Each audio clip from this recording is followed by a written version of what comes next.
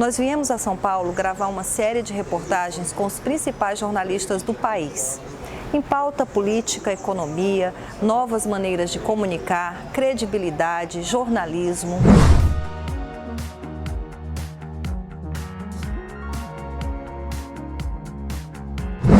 Eu não escolhi a carreira. Foi uma fatalidade. O jornalismo não vai morrer. Eu acho que o jornalista bom é aquele melhor dotado de boas referências intelectuais.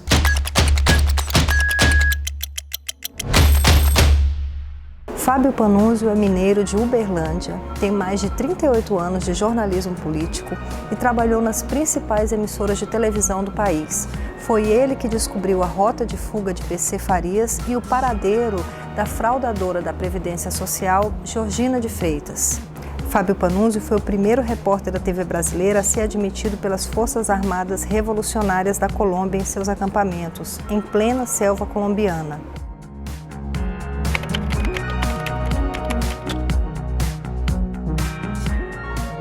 Eu não escolhi a carreira. Foi uma fatalidade. No centro acadêmico da Faculdade de Engenharia Eletrônica, eu fazia um jornalzinho chamado Resistência. Aí eu resolvi largar a engenharia e procurar alguma coisa que fosse mais de acordo com aquele momento da minha vida, que seria sociologia. O meu pai, por uma coincidência, tinha sido muito amigo de infância, melhor amigo de infância de um jornalista, uma pessoa que virou um jornalista muito importante, Fernando Vieira de Mello. E o Fernando, a pedido do meu pai, me arranjou um emprego na Rádio Escuta da Jovem Pan, da rádio. Aí quando chegou a época de fazer o vestibular para sociologia, eu não queria mais. A Rádio Jovem Pan foi a minha grande escola, eu aprendi tudo lá, da datilografia até tudo. Não sabia nem bater a máquina, para você ter uma ideia.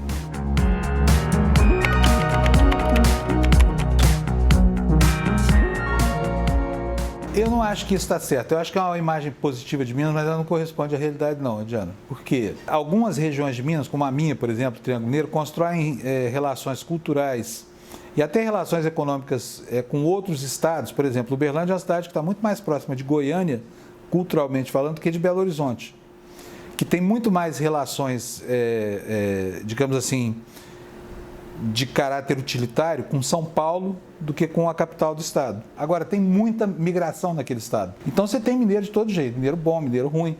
Agora, no jornalismo, existe realmente assim, uma tradição. Houve uma turma muito boa, essa turma do Fernando Mitre, por exemplo, essa turma saiu de Minas Gerais, é espetacular, são pessoas espetaculares que viveram um período muito fértil do jornalismo, né? E sim, houve uma geração de mineiros.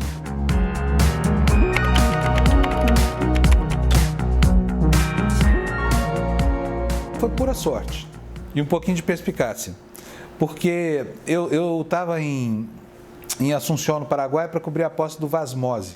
No dia da posse, saiu no jornal uma notinha, assim, um tamanho de um anúncio classificado, PC Farias teria passado em Assunção, e eu li essa nota nesse jornal no dia da posse. Achei aquilo estranho. Na época, aqui no Brasil, todo mundo viu o PC Farias em algum lugar. E sempre tinha notícia, o PC está no interior de Goiás, o PC foi visto no interior do Rio Grande do Sul. E era mentira, era tudo mentira. Mas no Paraguai, outro país. Aí eu fui até o jornal e a pessoa que me atendeu foi o dono do jornal, chama Aldo Zucolilo. E eu perguntei para ele, mas por que o senhor deu essa nota? Ele falou, não, porque eu tenho isso aqui, ó. Tirou um papel da gaveta dele e falou, isso aqui é um... Eu falei, o que é isso? Ele falou, é um plano de voo, foi o piloto que me deu aqui, ó. São esses nomes aqui, não são esses nomes? Aí os nomes eram semelhantes, mas não eram exatamente os mesmos. O dono do jornal não quis, então, quando eu contei para ele quem era o PC, qual era a importância dele no Brasil, ele não quis me dar o documento. E eu fiquei louco com aquilo, era uma grande informação no Brasil, e ele não tinha nenhum valor para ele, mas eu pedi, ele falou, não, se é tão importante assim, amanhã você vai filmar a capa do meu jornal. E aí eu saí de lá determinado a ir obter uma cópia como aquela. Eu fui direto para o aeroporto lá de Assunção. Tinha um soldado só tomando conta do aeroporto. Eu fui até a sala IS, que é a sala dos pilotos, né? Falei para o cara, olha, eu precisava ver um plano aí de alguns dias atrás. Ele falou, então o senhor vai ter que ver sozinho, ó. E tinha uma quantidade incrível de armários de ferro assim. E eu fui lá, entrei e fucei naquilo tudo até que achei aquela cópia do plano de voo. Uma outra via do plano de voo, que estava lá arquivada. Eu roubei o documento e passei para o Dr. Romeu Tuma. Ele checou os documentos, eram os documentos. No começo da tarde eu recebi o retorno disso, que sim, que eram eles. Aí eu comecei a construir a matéria. Quando a notícia foi ao ar aqui no Brasil, eram 9 horas da noite, eu já estava na Argentina, tinha ido para Buenos Aires, seguia o segundo ponto da minha rota, porque tinha eu consegui achar no aeroporto de onde ele partiu um plano de voo também para Buenos Aires. E fui ao aeroporto de Buenos Aires, onde ele pousou, encontrei um motorista de táxi que transportou ele, e aí foi muito bom. Isso foi uma sorte muito bem-vinda na minha vida, porque eu tinha acabado de ser demitido da Rede Globo por um chefe muito injusto, entendeu? E que fez uma demissão absolutamente incompreensível para mim. Me demitiu porque não ia com a minha cara. Eu jurei que ia me vingar daquela demissão injusta. E essa foi a minha vingança. Mas foi um gesto só, não foi produto de um grande trabalho de investigação, não teve isso. Gente, só uma paradinha na entrevista para lembrar. Clica no canto direito da tela, ativa o sininho de notificação, curta esse vídeo, compartilhe e continua vendo a entrevista.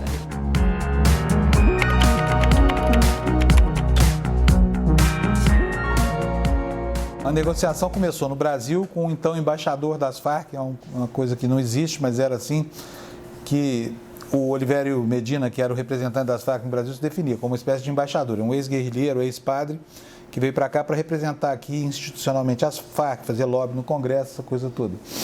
E eu fiquei amigo dele. Ele me mandou para lá com uma carta embaixo do braço, dizendo que aquela carta ia abrir todas as portas, mas ninguém conhecia ele lá na guerrilha.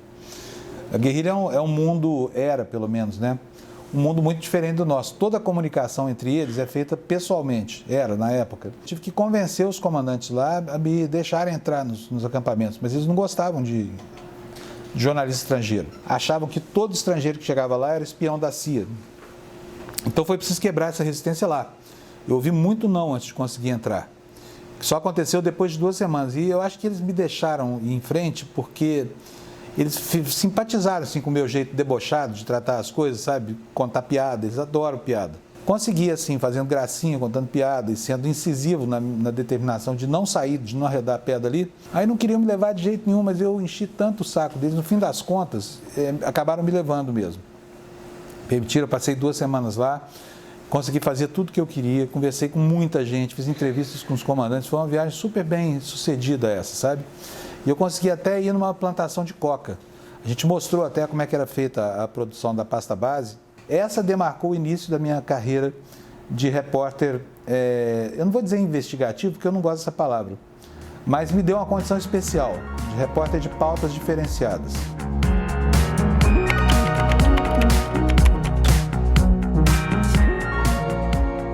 A gente faz até essas crises o tempo todo, né?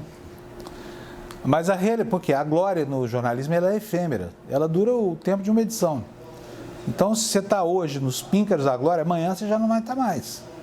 E se você está em desgraça amanhã, depois de amanhã você já não vai estar mais. É uma profissão ciclotímica, ela te leva a esses estados assim, né? Porque as compensações são muito fugidias, principalmente na televisão. Eu vi muita gente sucumbir. Muita gente sucumbir. E por que alguns sobrevivem? Só porque o jeito de fazer jornalismo muda a maneira como é feita a edição, às vezes muda até a forma um pouco, mas o jornalismo em si não muda. Ele é a mesma coisa desde sempre. É curiosidade, percepção, algumas técnicas que você tem que usar, cada veículo tem as suas, né? E tudo isso embalado por um conjunto de valores éticos. Essa nova comunicação que foi criada a partir do advento da internet, das redes sociais, ela não é jornalismo, ela é comunicação, mas não é jornalismo. Eu acho que o jornalista bom é aquele melhor dotado de boas referências intelectuais. E esse é o jornalista que vai sobreviver no futuro. E esse é o jornalista que eu tenho perseguido.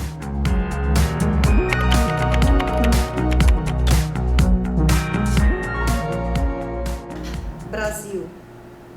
Bagunça. Filhos. O mais importante de tudo, precioso é a palavra. Jornalismo.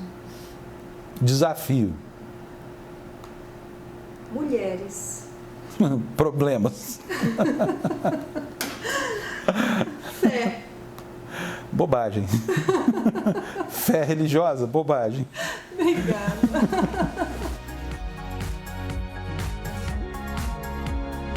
Para assistir às outras entrevistas com os principais jornalistas do país, não se esqueça. Curta, compartilhe, se inscreva em nossas redes sociais, ative o sininho no canto direito da tela e até a próxima.